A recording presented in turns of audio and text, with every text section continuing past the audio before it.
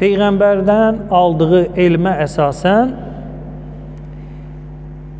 bağışlanmaq haqqında çox gözəl izahları var. Çox gözəl və belə deyək də, kim həqiqətən bağışlanmaq istəyirsə, Həzrət Əlinin izah elədiyi yola riayət eləsin. Bax, Quran-ı Kərimdə Ali İmran surəsi 17-ci ayədə Allah Teala iman gətirib Allahdan bağışlanmaq istəyənləri vəsf edir. Tərifləyir və sonra da deyir vəl-müstəğfirinə bil-əshar. Səhər çağları Allahdan bağışlanmaq istəyənlər. Qeyd elədik, iki şey lazımdır. Bir kəlmə, əstəğfirullaha Rabbi və tubu ileyh, bir də əməl.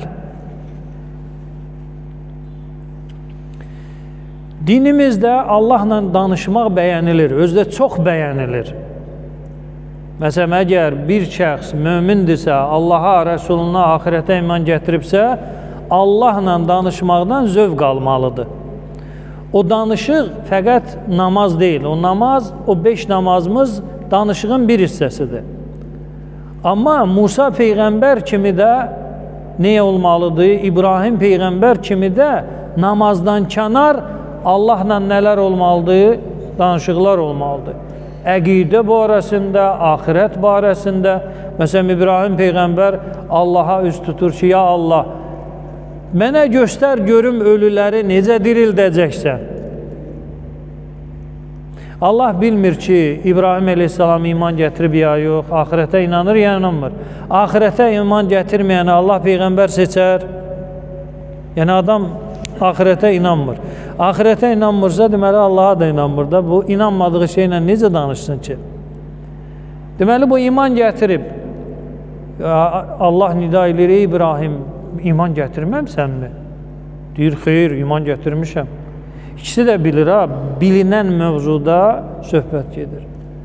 Qəlbim aramlıq tapsın, filan eləsin, Allah əmr edir və o heyvanların məsələsi ortaya çıxır.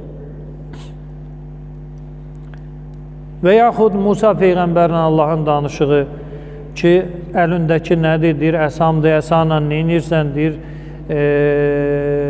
heyvanları otladıram və digər işlərim də var. Bəllidir də, yəni bu göz qabağında əlində nədir, Allah görmür onun əlində nədir. Deməli, bu bana danışıqların özünün xüsusi bir mahiyyəti var. Sevgi, eşq və s. ilə axır iki tərəfin arasında, hətta bizi üçün mənasız olan bir çubuq